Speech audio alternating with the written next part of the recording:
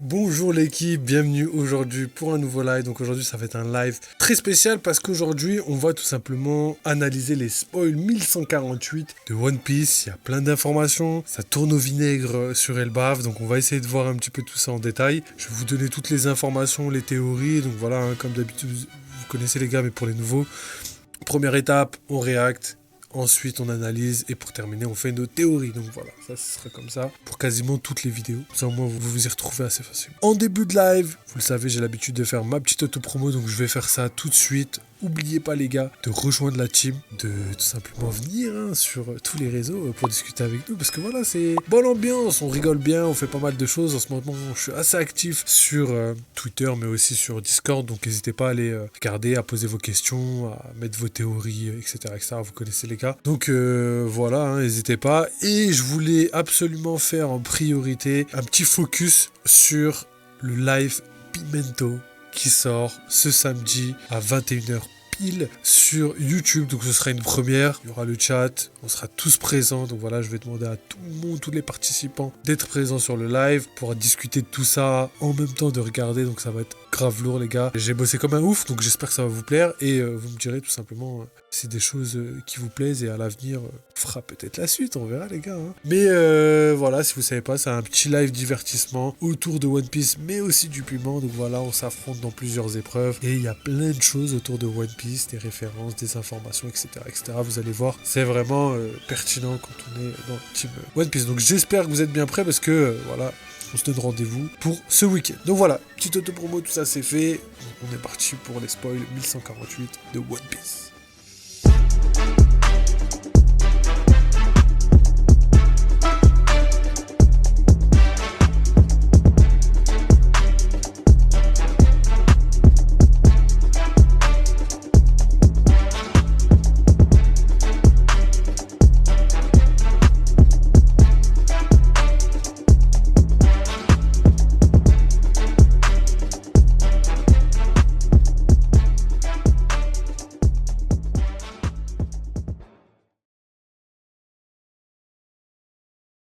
Donc c'est parti les gars, React au chapitre 1148, donc il s'appelle Ronia. Vous allez très vite comprendre pourquoi, parce que voilà, au premier abord, on aura peut-être oublié d'où vient ce nom, mais ça va être focus sur un personnage très précis. Donc on commence directement avec la mini-aventure, donc on continue avec Yamato, et on voit Pajwan et Ulti qui la suivent en secret pendant qu'elle rencontre Kamawatsu. Donc, comme je vous ai dit, le pèlerinage consiste à visiter plusieurs contrées, mais surtout à rendre visite à tous les forums rouges et toutes les personnes qu'on a tout simplement rencontrées au cours de l'aventure de Wano. Donc, je pense que le but, ça va vraiment être de faire de Wano un territoire conquis par Yamato, où elle aura foulé le pied de tous les endroits, mais j'ai aussi l'impression que potentiellement il pourrait y avoir plein d'autres choses. Donc là pour l'instant on a désamorcé le petit côté Ozu, peut-être que plus tard on pourrait avoir des révélations sur potentiellement d'autres personnes, peut-être qu'on verrait d'autres alliés, peut-être que il y aurait une espèce d'équipage, une espèce de troupe qui tout simplement ferait partie de la flotte des Mugiwara plus tard, donc c'est quelque chose qui est vraiment cohérent. Donc pour moi j'ai hâte de voir si Yamato va quitter l'île à la fin de cet arc ou pas, et peut-être rejoindre les Mugiwara à Elbaf. Je pense que c'est quelque chose de très possible. Ok, on commence avec Gunko qui force Ronia, donc c'est la jeune fille qui a été introduite au chapitre précédent, à reculer jusqu'au bord d'une falaise, menaçant de la tuer si les géants ne se soumettent pas au chevalier divin. Donc voilà, les menaces commencent à se faire ressentir, la pression qu'on avait supposée depuis énormément de chapitres commence à se mettre en place pour justement convaincre de force les géants de rejoindre le gouvernement mondial. Donc ça, je pense que c'est des manières de faire habituelles des chevaliers divins, mais nous allons voir s'ils vont réellement mordre à l'hameçon et plonger dedans. Et en plus de ça, en vrai de vrai, dans ce genre de situation, il n'y a aucune chance qu'ils s'en sortent bien en fait. S'ils acceptent, il n'y a aucune chance qu'ils s'en sortent bien. Parce que devenir les esclaves du gouvernement mondial, ça pourrait être pire. Peut-être que ces enfants, au lieu de mourir ici, ils finiront par devenir esclaves. Bon, c'est peut-être moins pire que la mort, mais ça reste tout aussi horrible. On continue. Robin vs Somers. Donc voilà, le face-à-face qui commence. Robin apparaît, utilise ses pouvoirs pour briser le dos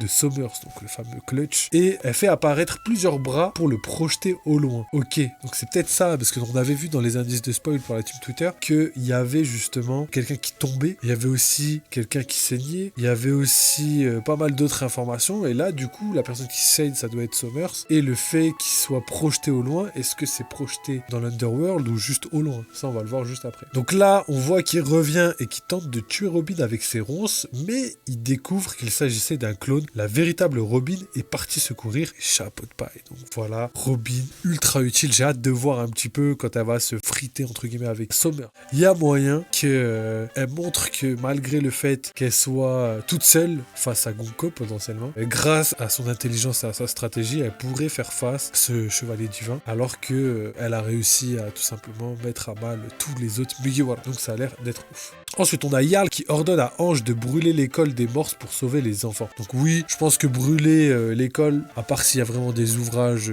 ultra nécessaires, je pense que c'est pas une mauvaise idée de brûler l'école, parce que voilà, c'est du matériel. Le plus important, c'est la vie. L'école, on peut la reconstruire. Et les enfants, pour les faire revenir à la vie, ça peut être compliqué. Donc c'est pas une mauvaise décision pour l'instant. Donc il y a Summers qui retrouve la vraie Robin et l'emprisonne. Donc ça y est, Robin s'est fait attraper. C'est terminé pour elle. Donc la libération des Mugiwara est un petit peu compromis. Donc là, les informations sont pas assez denses pour qu'on ait vraiment toutes les scènes. Est-ce qu'elle a réussi à donner une clé? Peut-être qu'ils sont en train de se libérer. Pour l'instant, on n'a pas plus d'informations que ça, mais ce qui est sûr, c'est qu'elle a été emprisonnée. Et c'est bel et bien la vraie Robin, vu que ça a été stipulé. Et du coup, prêt à l'attaquer, mais soudain, Gaban apparaît et lui tranche la main sans effort, le blessant grièvement. Summers ne se relève pas. Donc ça, c'est assez ouf. Parce que on avait supposé que tous les chevaliers divins étaient immortels, étant donné que, tout simplement, Gonko l'était. Mais peut-être qu'il faut être à un certain level pour pouvoir avoir les privilèges d'un chevalier divin, ou sinon, je pense que c'est ce à quoi tout le monde pense. Peut-être que Gaban a la solution de comment blesser définitivement Chevalier Divin.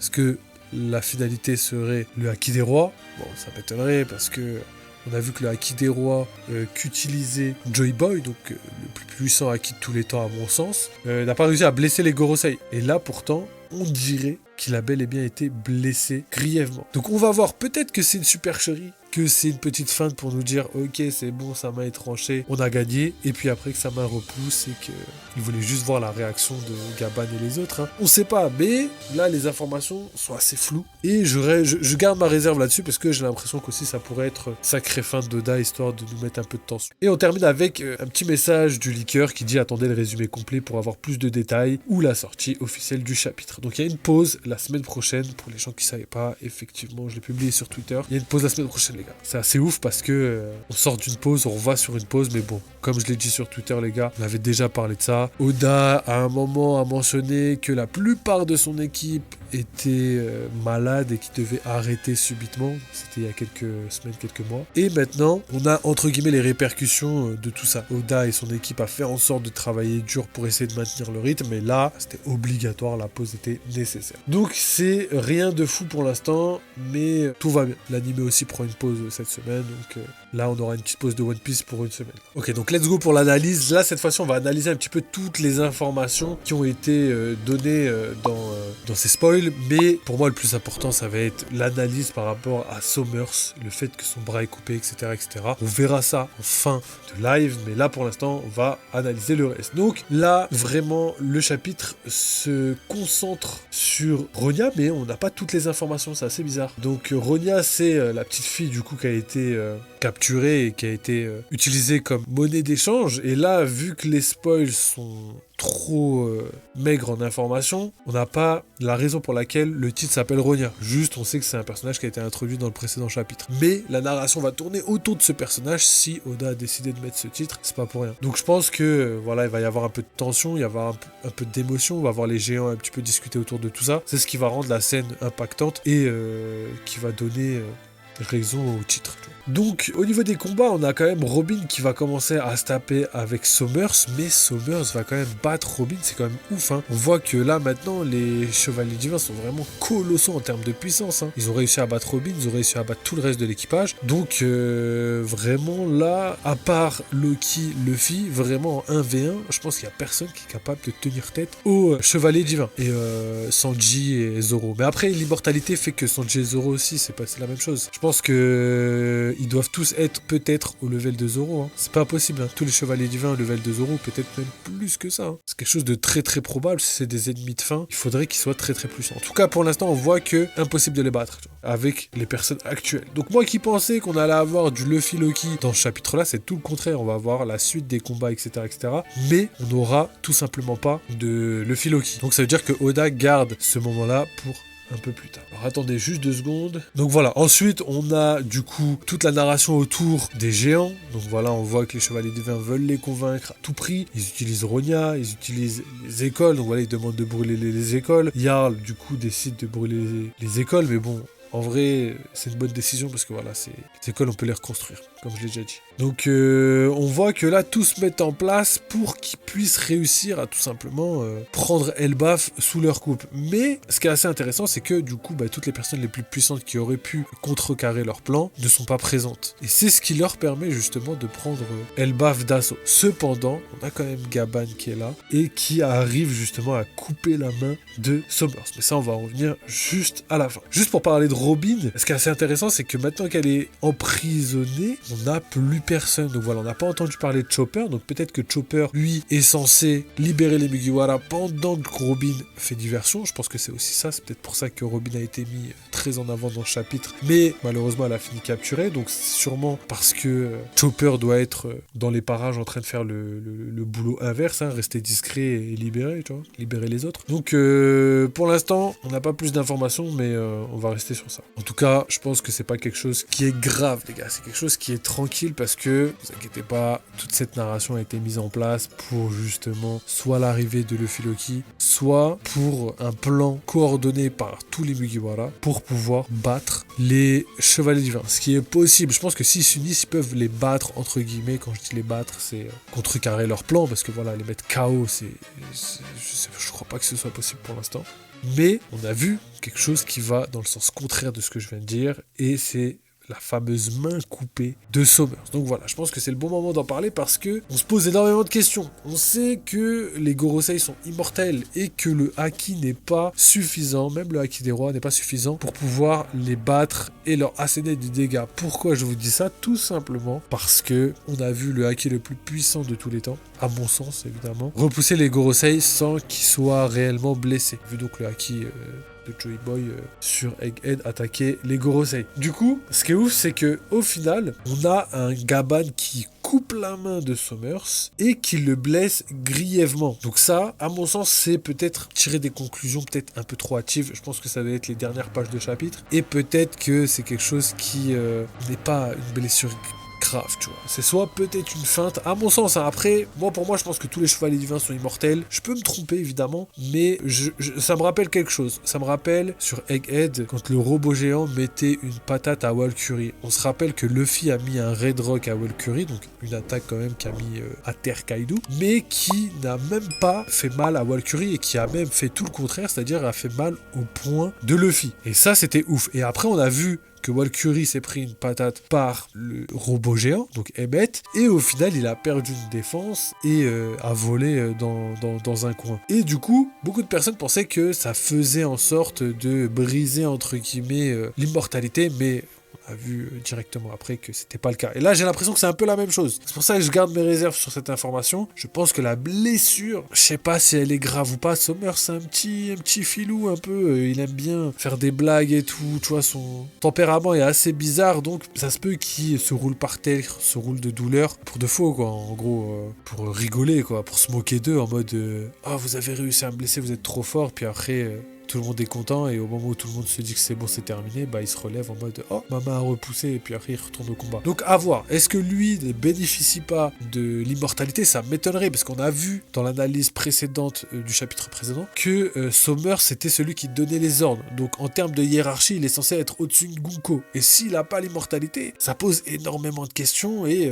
ce serait pas un mauvais move d'Oda, mais du coup ça change beaucoup de choses et on sait pas comment marche l'immortalité, on sait pas qui a la marque, etc. etc. Surtout qu'on a vu que voilà, sur le coude de Somers, on aurait pu distinguer une marque assez bizarre qui pourrait ressembler justement à cette même marque. Mais à voir, pour l'instant on n'a aucune information. Donc est-ce que Gaban, au contraire, ce soit pas Somers qui soit pas immortel, mais plutôt Gaban qui soit capable de blesser les chevaliers divins de manière définitive, grâce à un pouvoir secret, grâce à quelque chose qui leur permettrait de justement se battre, hein. Je sais pas, ça pourrait être par exemple des épées bénites, tu vois, peut-être que ces haches elles sont bénies, et vu que c'est des démons, bah, ça leur permet de les toucher. Peut-être que c'est lié au sel, un petit peu comme sur Thriller Bark, avec le sel pour purifier les démons. Donc, ça peut être une mécanique comme ça, c'est vrai que c'est pas impossible, c'est pas quelque chose qu'on avait mis en avant ces derniers chapitres, mais par contre c'est quelque chose de très probable. Et pour terminer, je dirais que, voilà, Gaban, déjà malheureusement il va pas faire une grosse apparition dans le chapitre, pour l'instant il va faire qu'une attaque, nous qui en attendions beaucoup de son combat contre les chevaliers divins, on reste sur notre fin, mais après c'est normal, pour moi c'est un chapitre de transition, ça va arriver, vous inquiétez pas, on va tous être contents dans quelques semaines.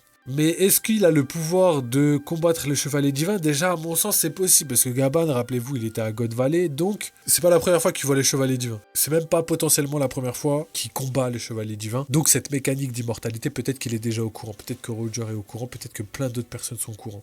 Mais, à mon sens, je pense qu'il est beaucoup trop tôt dans l'avancée du manga pour qu'on ait la réponse à cette immortalité. Le fait de pallier à cette immortalité, comment battre des êtres immortels. Gaban a la réponse, il a deux Mugiwara, ça y est, tous les Gorosei, tout le monde dans le monde n'effraie plus personne, il n'y a plus de tension. Justement, Oda à Egghead avait ramené cette tension en mode mais comment on va réussir à battre les Gorosei alors qu'ils sont mortels? Mais en fait, on voit que Gaban là pourrait donner cette solution. Là, pour moi, comme je vous ai dit, c'est pas impossible, il y a même beaucoup de chances que ce soit possible. Je vous ai même donné plein d'éléments qui pourraient tout simplement expliquer comment Gaban pourrait avoir ces informations. Mais, à mon sens, je sais pas, il y a quelque chose qui cloche. Il y a quelque chose qui cloche. Le fait que Gaban arrive, même pas il est à fond, il est vieux, et c'est lui qui coupe la main de Summers qui est grièvement blessé, et Summers est à terre. Je sais pas, moi ça ressemble à une petite fin d'Oda, pour ça que je garde mes réserves, je peux me tromper, mais j'ai l'impression que cette main coupée, potentiellement, c'est une feinte et qui va revenir tout à fait intègre dans le prochain chapitre. Donc attendons d'avoir les spoils demain,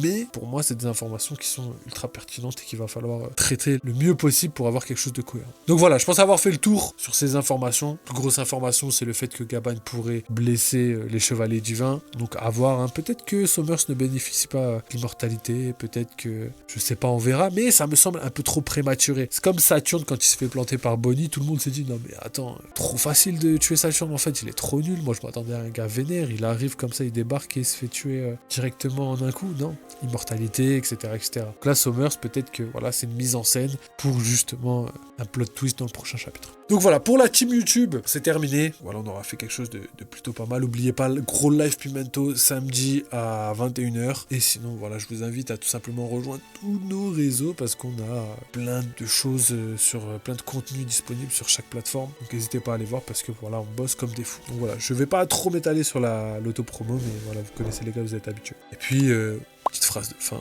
vive les jeux vidéo, vive One Piece.